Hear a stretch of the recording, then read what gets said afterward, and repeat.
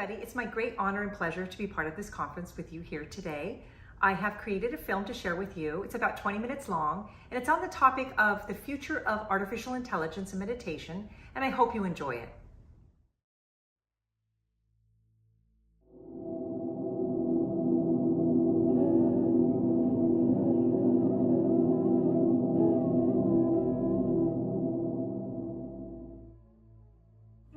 With the advent of artificial intelligence, deep learning, and virtual reality avatars, consistent personal tutelage, directly correlated to one's individual needs and difficulties, becomes both possible and feasible.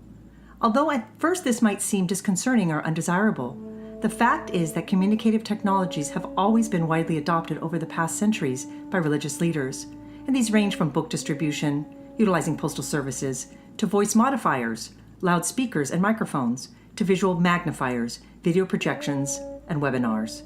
The next logical step in this direction is 3D immersion via virtual, augmented, and mixed reality, which offers full-bodied representations. What makes this latest conveyance fundamentally different, though, is that it can be coupled with synthetic neural networks, machine learning, and lifelike simulations. In this presentation, we want to explore how meditative practices and spiritual communities will be transformed by these futuristic innovations. So much so, in fact, that we will be witnessing a digital revolution, the likes of which were previously unimaginable. Our central thesis is that the evolution of communicative systems brings with them new and innovative ways to educate and to learn. Because of this, the very way Radhasoami teachings are transmitted in the next few decades will be greatly expanded and enhanced. The evolution of communication. The history of how we communicate is intimately correlated to the mediums we use to share our ideas. However, each channel we employ to convey our ideas transforms how we interact. Marshall McLuhan, the famed media critic of the 1960s, had it precisely right when he opined, "The medium is the message." His insight was not altogether new, as centuries ago Socrates echoed a similar sentiment. It is little wonder, therefore, why Johannes Gutenberg's invention of the printing press has long been considered essential for the birth of modern civilization, since it allows for information to be generated and communicated in record time. Furthermore, the use of an electrical medium, such as telegraphy, forever changed how knowledge could be shared. With the advent of radio, television, tape recording, microphones, loudspeakers, and more, the human ability to magnify ideas and opinions opened avenues never witnessed before. Thus, by the 1930s and the 1940s, with the introduction of electronic computers, passing on information had potential to become free from its spatial and temporal constraints to fly unencumbered at nearly the speed of light. With the invention of the internet and later Tim Berners-Lee's development of the World Wide Web via hypertext markup language, the digitalization of human knowledge became ubiquitous.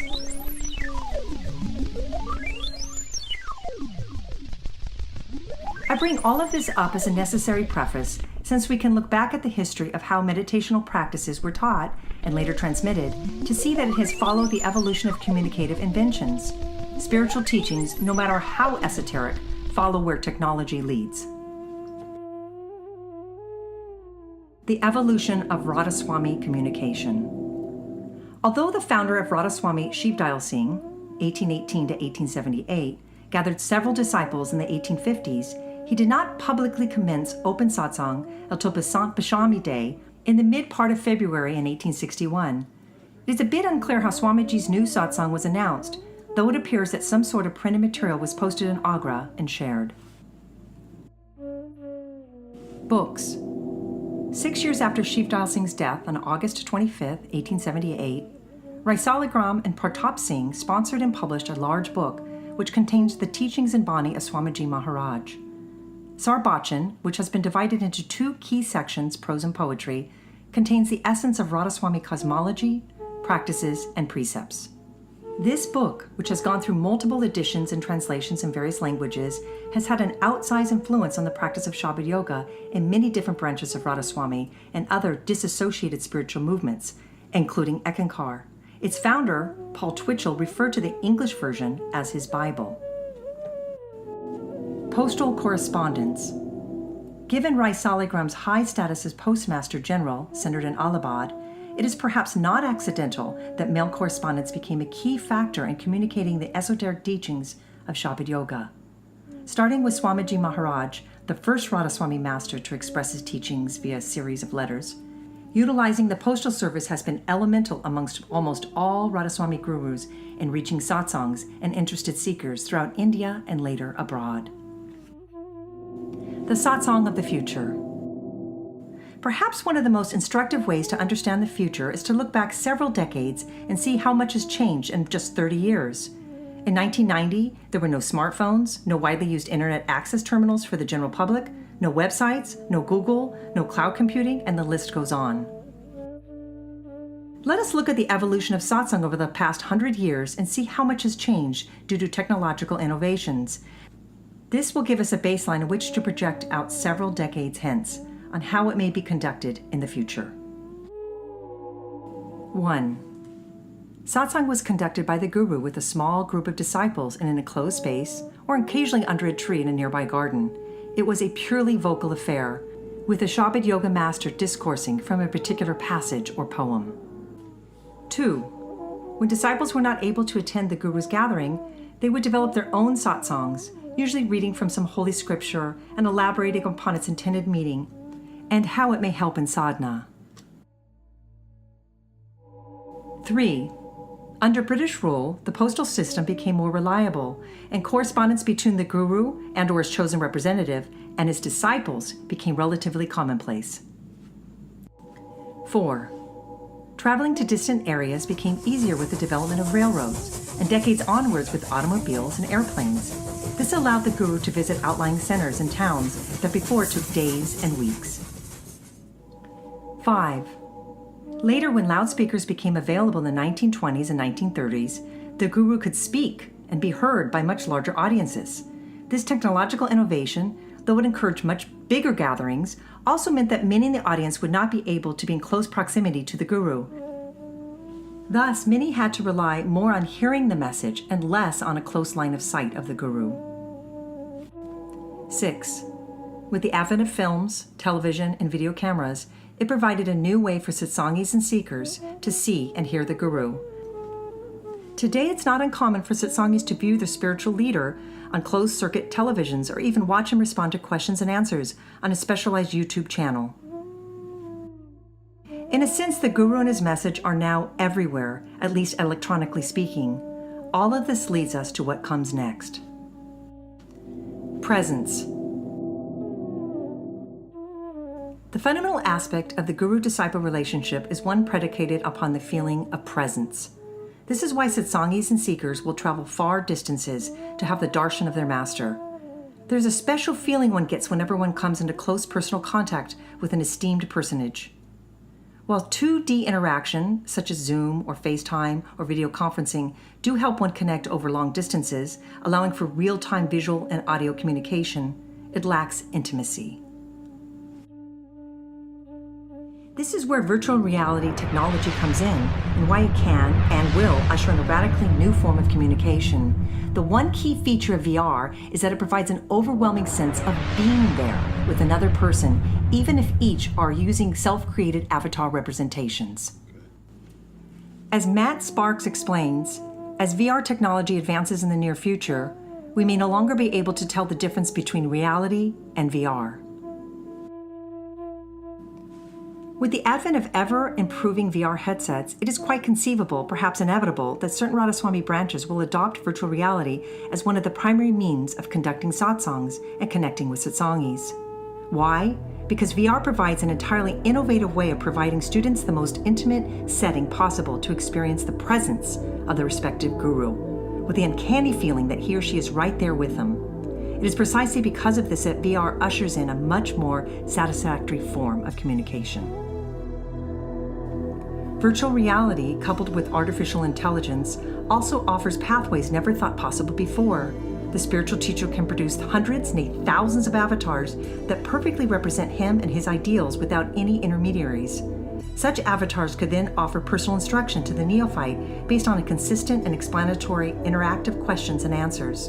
The entire database of Radhasoami literature can be accessed and utilized point by point to specifically address any spiritual issues one may have. That information, in turn, can be embodied via a specific avatar that can respond personally to one individual at a time. This allows for tutelage on a grand scale that is simply not possible when there are thousands of devotees scattered across the globe.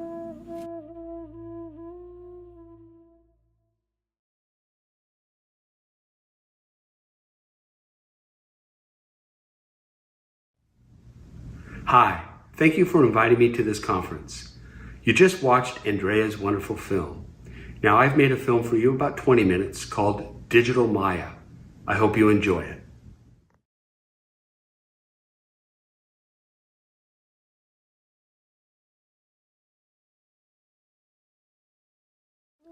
The ancient Indian concept of Maya provides a deep insight into the nature of reality. Because what we perceive often betrays its real origination, we tend to confuse cause and effect, image and object. This is precisely how and why a magician can so easily cast her spell over us. Using only sleight of hand, the conjurer misdirects our attention so that we don't see the simple physics behind the deception. Instead, we get mesmerized by the performance, falsely believing that something superluminal has transpired. Nature, likewise, is the great conniver. We only access the tiniest sliver of what is possible, blinded from the hierarchical simulacra of awareness that is our heritage. It is for this reason that mystics from both East and West speak of consciously waking up from the illusion of our current state, where we are trapped into believing that nothing higher than the waking state exists. We are prisoners in a fragmentary illusion and haven't realized that a vast horizon of possibilities awaits our arrival. But how do we transcend our present boundary, our digital Maya? The sages from the Sant and Radhasoami traditions argue that the secret technique is a simple one. Trace your consciousness to its terminal source. That is, focus one's attention within by witnessing how self-awareness arises. The technique is natural and is part and parcel of human neuroanatomy. By listening to increasingly finer gradations of the sound current during meditation, the scattering mind becomes one-pointed and conscious of a higher genesis beyond thought and language. The neophyte glimpses a new region that makes the waking state seem dull in comparison. The glitch in the system, however, is that each awakening tends to prematurely convince the practitioner that what they have achieved is the ultimate. Just as when we dream and think we are awake only to realize anew that we're caught in yet another dream, albeit a more lucid one than the prior one. In this presentation, we want to explore John Wheeler's seminal idea of an information-centric universe via Darwinian evolution, and how, in turn, such a process invariably constructs bewitching worlds that betray their underlying originations.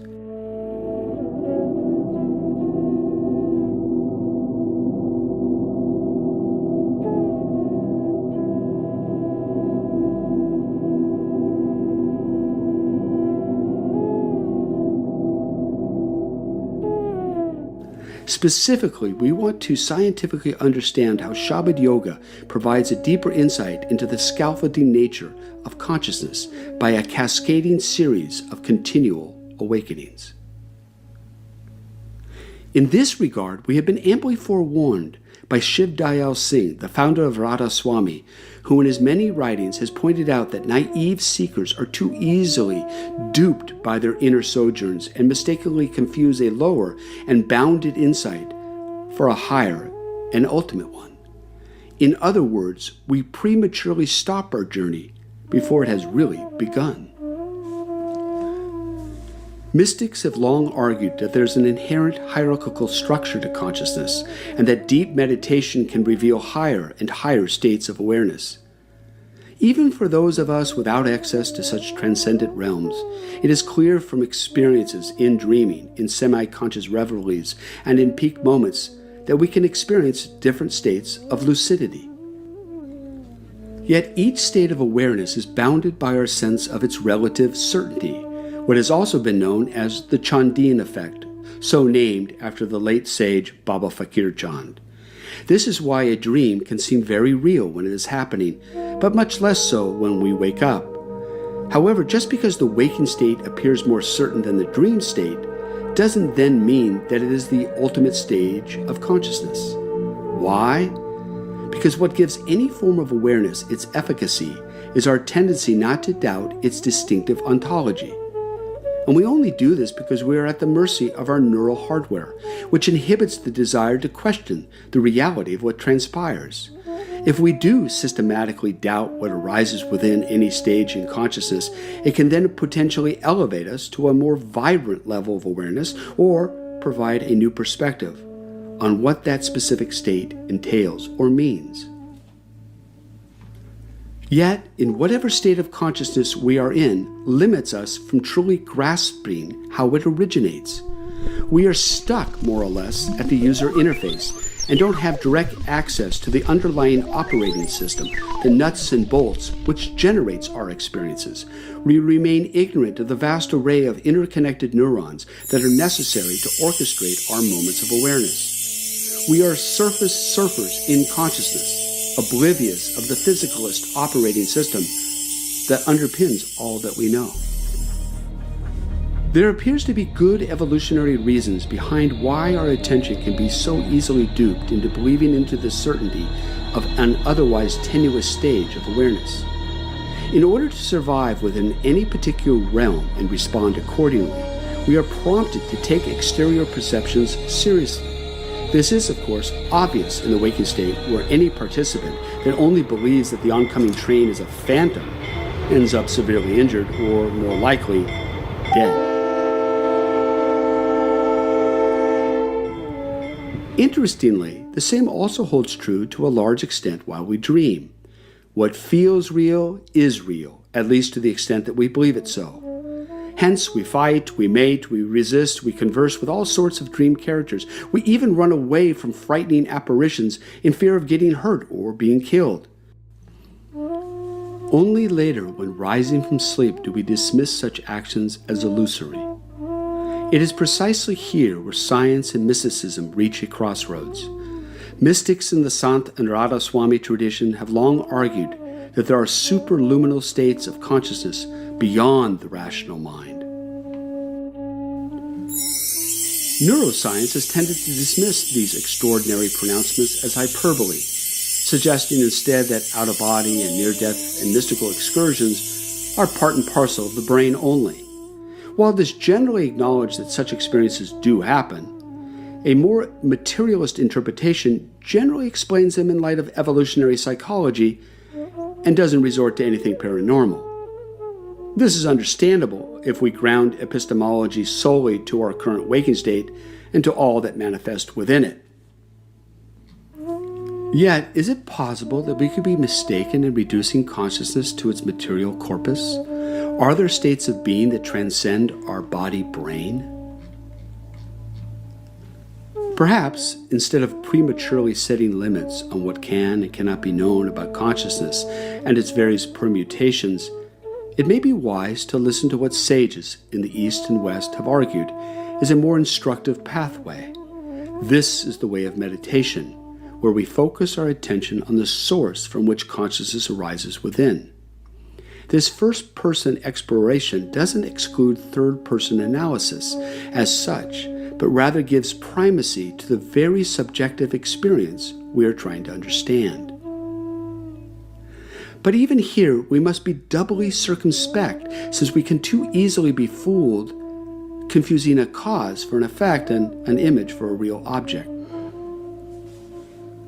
Like physicists, chemists, and biologists who are wary in making any final conclusions, we must be highly cautious of how we interpret subjective phenomena, lest we get tricked into making hasty conclusions by the overwhelming luminosity of what we experience. The mystic must be a skeptic. This may at first seem odd, since religious pursuits are usually defined by faith and belief, but genuine mysticism, as we are defining it in this context, is the scientific inquiry into the essence of consciousness itself. Because of this, the mystic must by dint of his or her practice be on guard not to be deceived by what may appear to be true at first sighting. The observant naturalist shouldn't confuse glittering sand on the beach as gold, simply because it appears golden. So too, the spiritual inquirer must be careful not to be misled by visionary apparitions. Ancient yogis didn't have the language we have today to neurologically pinpoint what they knew to be true, that nature is a beguiler. Take, for instance, many in the tech world today believe the simulation hypothesis and consider it seriously. The idea that all that exists may be the result of artificial intelligence coupled with immense computational power. In other words, the world is an illusion generated by an underlying or a series of underlying algorithms of unimaginable complexity. Yet what the simulation hypothesis and the ancient Indian concept of Maya have in common is definitional, that which betrays its real origination. We don't see reality as it is, only as it is parsed out to us, and even then, we only see the user interface, the appearance, and not the elemental operating system. We are quite literally in Plato's cave, even if it is now fabricated with advanced technological materials. So in this almost never-ending hall of mirrors, the way to get access to a deeper sense or deeper view of reality is to alter our frame of reference. In physics, we did this by exploring what our senses unaided could not. Thus, we penetrated to the very core of atoms and their constituent parts and expanded our horizons outwardly to glimpse the vast Milky Way and beyond. Mystics suggest we should do the same by exploring the source from where our consciousness arises and not be chained down to only the rational waking state. There have been many techniques proffered over the centuries about how to do this, but each of them, without exception, are correlated to how and where we place our attention. John Wheeler, the distinguished physicist and one-time mentor to Richard Feynman, later in life argued that reality was a scaffolding of informational bits. Max Tegmark of MIT suggests that we live in a mathematical universe, which by its very nature undergirds all of physics. String theorists, such as Brian Greene and Mikhail Kaku, argue that everything is ultimately composed of infinitesimally small loops of vibrating strings, much smaller than even quarks, the building block of atoms. Shabd yogis also believe that reality is comprised of subtler and subtler vibrations, but their understanding is predicated upon their own distinctive meditation experiences.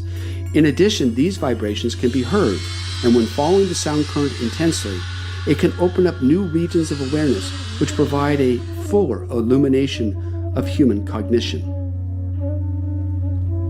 Yet the danger of the internal quest is that a higher state, like the waking state, convinces one of its all-encompassing certainty. One tends not to doubt its reality and thus stays within its bordered trajectories. We become captives, in other words, of our own directed attention. If, however, we can keep on track with the sound current and not deviate off of it, we are invariably led beyond these limited states. This is precisely the message of such sages as Shiv Dayal Singh, Tulsi Sahib, Guru Nanak, Mullah Shah, Sarmad, and others, whose central message is to stay within the audible life stream on its upward ascent. This is similar in an analogous way to an astronomer wanting to understand the origin of the universe. Don't stop at the sun's light or that of Alpha Centauri's or even that of the vast Milky Way. No, follow the microwave background radiation to its initial expansion, to the inflationary stage of the Big Bang and beyond. Only then will he or she get a glimpse of how the known universe came into being. The mystic, likewise, follows the ethereal vibration to its terminal source. Arguably, science is by necessity a systematic form of doubting, by which testing and experimentation and prediction become necessary bedfellows. Science doesn't stop, and therein resides the key to its continued success.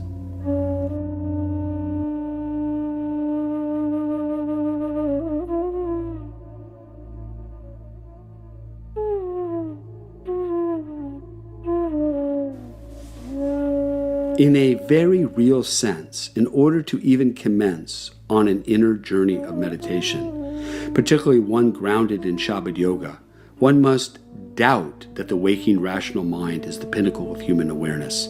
That very doubt can then prompt one to explore avenues that lead beyond what is regarded as the normal range of human cognition.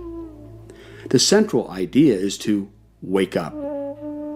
But in so doing, it must be understood that one should not expect an all-encompassing, singular awakening. To the contrary, advanced meditators in the Sant and Radhasoami tradition have pointed out that there is an ascending series of such awakenings, and that one should be cautious not to be lulled into a permanent cul-de-sac of one's own imagination. This is perhaps best illustrated by the 5- and 8-plane cosmology common in Radhasoami literature, where the aspirant is told beforehand that there are many intermediate regions along the path. The key is not to get entrapped into believing that one has achieved the ultimate. The Vedantic notion of nete, not this, not that, is applicable here, since it drives home the point that whatever appears is not the truth itself, since that truth is unconditioned. Tulsi Sahib, the 19th century Sant who eventually settled in Hathras, some 20 miles away from Agra proper, provided a rich metaphor about how ascending one level to the next wasn't so much a becoming or an achieving, but rather more radically a letting go of becoming less. Donald Hoffman, the cognitive psychologist at UC Irvine, suggests that evolution has shaped us not to see reality as it is, since evolution blinds us from all that is unnecessary for our survival. We can be likened to a captive audience trapped into a movie theater, completely mesmerized by what is projected upon the screen, never once turning around to see how such moving images are produced. Our whole world is a result of how our brains transfigure incoming stimuli and then outsource the same as our environmental reality, forgetting in the process that this is a two-way street, and it blinds us from the underlying truth that causes such a magical play.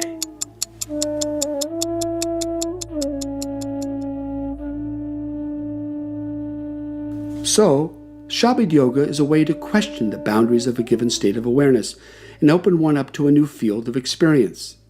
The caveat here, of course, is that one can never be absolutely sure that one has achieved a final enlightenment or a complete insight into reality. Perhaps this is why Rai Saligram and other mystics warned against accepting any inner stage along the way as final, referring to the terminal apex as indescribable and nameless. As Nicholas of Cusa so wisely wrote centuries ago, all we know of the truth is that the absolute truth, such as it is beyond our reach. Paradoxically, to escape Maya, digital or otherwise, is to understand that reality as reality is never revealed as it is. In a very precise Kantian admonition, we never know the thing in itself, but only its very partial manifestation. It is for this reason, perhaps, that meditation focuses on experientially merging into one's being and not standing apart from it in a dualistic subject-object relationship. We evaporate into the source of our being and thus become one with our origination. This isn't a knowingness as such, but rather a radical and transformative undoing. Hence, Shiv Dayal Singh speaks of wonder, wonder, wonder hath assumed a form. In an informational multiverse, which seemingly extends infinitely internally and externally, we as subjective participants are quite literally sitting in a mystery that is forever ungraspable. Such is our condition. But knowing this, we can be freed from the persistent illusion that what appears is how things are. No, as Jorge Borges so skillfully wrote in his fictional verse, you have awakened not out of sleep, but into a prior dream, and that dream lies within another, and so on to infinity, which is the number of grains of sand. The path that you are to take is endless.